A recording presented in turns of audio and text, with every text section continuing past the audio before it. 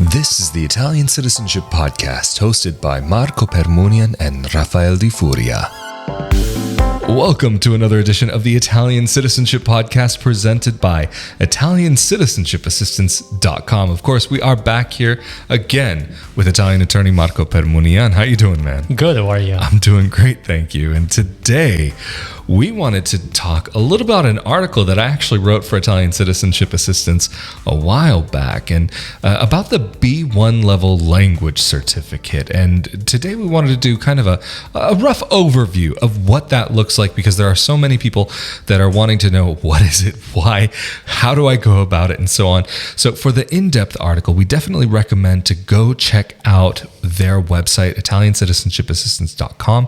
In the news section, you'll be able to find the article, but we'll also make sure that it is linked below this episode. And also, just to be very, very clear, this episode does not apply at this point in time to anybody who is considering applying, making a petition for Italian citizenship by descent. This is specifically for people who are seeking to get Italian citizenship through naturalization. But Marco, let's get into this episode. First things first. Why is it important for a person to even have the B1 language certificate? Well, if you are applying for citizenship through marriage, and if you're applying for citizenship through residency, you will have to pass this test, which is a mandatory requirement introduced in 2018. So before 2018, it wasn't necessary. And starting from 2018, it started to become necessary in order for people to apply for citizenship by marriage or through residency, unless you are applying for citizenship through marriage and you are a woman who was married before 1983. In that case, it's not necessary. And are there any other categories of people who don't have the obligation to have the B1 language certificate? Yes, even if you're applying for citizenship through marriage and you were married after 1983, or you're applying for citizenship through residency, you don't have to take the test if you have an Italian degree. So if you went to school in Italy and you have an Italian degree, you don't have to take this test. And even if a person does have a degree, there are a lot of requirements that need to be met beyond the simple fact of having a degree. So I would advise to check carefully the specific requirement and exemptions to make sure that your degree qualifies you for the exemption. And I know there's a popular question out there, which I think is really worth jumping into. Is this something that you can only take the test in Italy? Can you take it online? Can you take it in your country? Where and how can you take the test? You can not take the test online. So let's start off with that. You have to take it in person, but you don't have to take it necessarily in Italy. You can take it abroad. There are in Italy 4 institutions that are certified and approved by the Italian government where you can take the test. But yes, you can take the test even abroad, as long as the place where you take the test is part of one of these 4 institutions. Interesting. So it is required still to take it in person, but it doesn't necessarily have to be at the one place or the 4 places where they actually do have the ability to give this certification. There is an interesting tool on the website of the Ministry of Foreign Affairs where you can see all the language schools and institutions in your area, for example, in the US, where you can take the test. So if you don't know which school is approved by the Italian government, rather than calling, school by school to understand which one can help you, you can rather use this tool on the website of the Ministry of Foreign Affairs, the Italian ministry, and check there which schools are approved and therefore you can use. That's fantastic, especially because, you could easily run into the situation and call up a school and say, hey, are you guys approved for X, Y, and Z? They don't know what it is, or the person behind the counter might not know what it is, and say, yeah, of course, no problem. I don't know, I feel like whenever I hear that in Italy, especially, oh yeah, of course, no problem. You better watch out. Yes.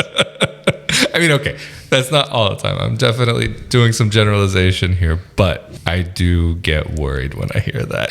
And so what about actually studying for the test, is it required to actually take a whole course along with it, or is it the type of thing where you could study on your own?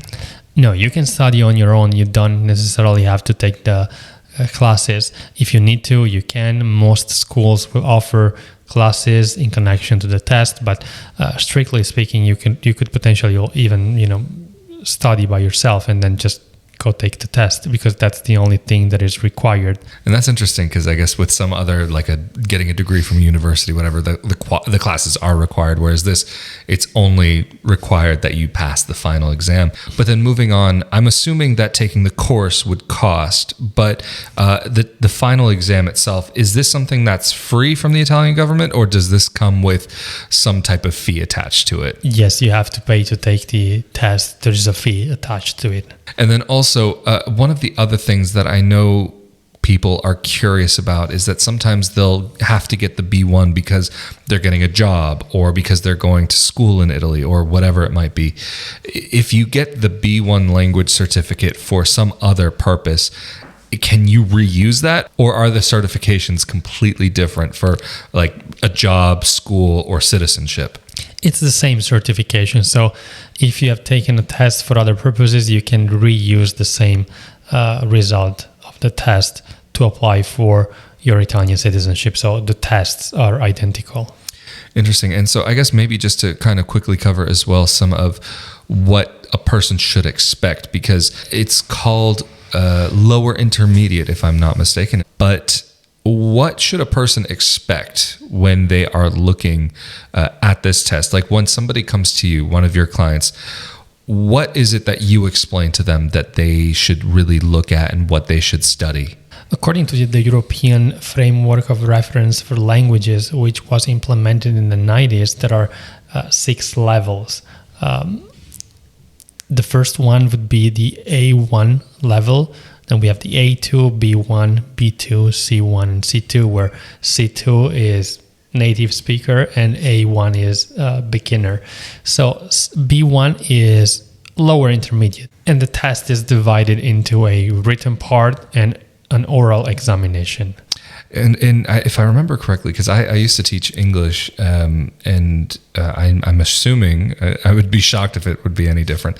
But with the oral exam, I believe you even have to stand in front of a panel of people, and that there's one section of it where you have to speak for a couple of minutes, like without stopping, without taking a break, because they want to know that you can explain your thoughts, get them out, and to be able to make them clear. I know in Italy, when taking the test for English, there can be a little bit of leniency. When taking it for English, there's very little leniency from what I've heard from people who've taken it. I don't know how it is outside of Italy, but I would hope that it might be somewhat similar, that there might be a little leniency, because again, like you do have, like you were saying, there's the oral examination and the written examination. And I think they are a bit more careful when it comes to the written examination, because that's really where you get to see the grammar. But I think just before we end off with this overview, I think there's just a few more questions about this process that I know are very common. Roughly speaking, do you know how long it takes to get the results once you've taken the test? It can take long. I've heard from my clients that in the US it can take a few months to get the results. And also you have to make sure that you use the paper certificate that you get in the mail or that you collect from the school, not just like an email or some sort of other confirmation that confirms that you passed the test. So you need an actual certificate that you can use for the citizenship application. Fascinating. And then I guess the last question that I know is quite popular, is this something that you can take after you've made your application, or do you have to do this before and present it with your package of documents? That's indeed a very popular question. A lot of people ask me, can I take the test as I go through the process? So can I submit the application and then take the test while my application is being processed, or maybe I take the test when they're granting citizenship? So as you know, because we talked about this multiple episodes, when you present your citizenship application for citizenship through residency or through marriage, the processing time can be rather long, 2 to 3 years. But the fact is, you have to necessarily take the test before you submit the application. So when you submit the application, you need to have the test already taken. You can't take it as the application is being processed, and you can't absolutely take it at the end of the process when they're about to grant citizenship.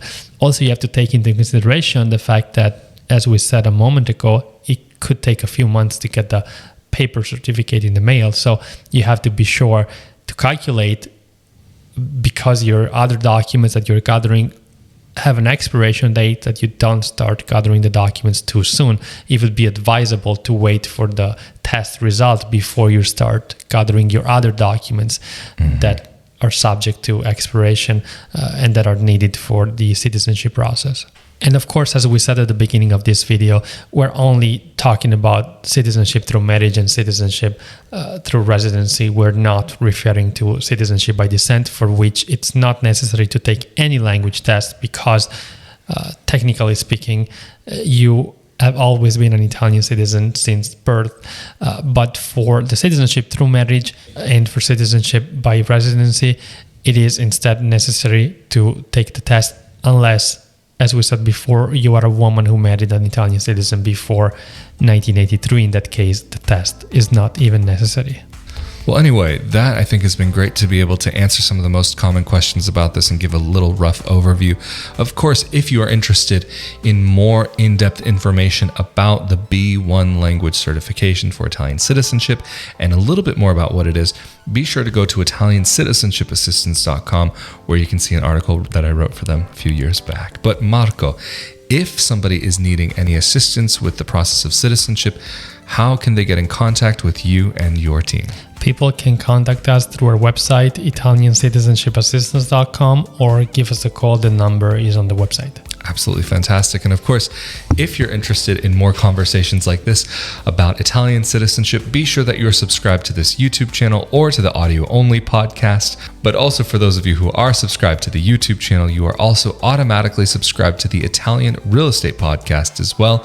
But also, if you are interested in any more content about life in Italy, living in Italy as an Italian dual citizen, and getting to see this beautiful country that Marco and I get to call home, then come over to my YouTube channel, youtube.com/Rafael Di Furia, or you can go to my audio only podcast, Not Your Average Globetrotter, which you'll be able to find on all of your favorite podcasting platforms. And of course, as always, we have been here with Italian attorney Marco Permunian from Italiancitizenshipassistance.com. I'm Rafael Di Furia. Stay safe and healthy out there. We look forward to seeing you all next time. Have a great one. Bye. Later.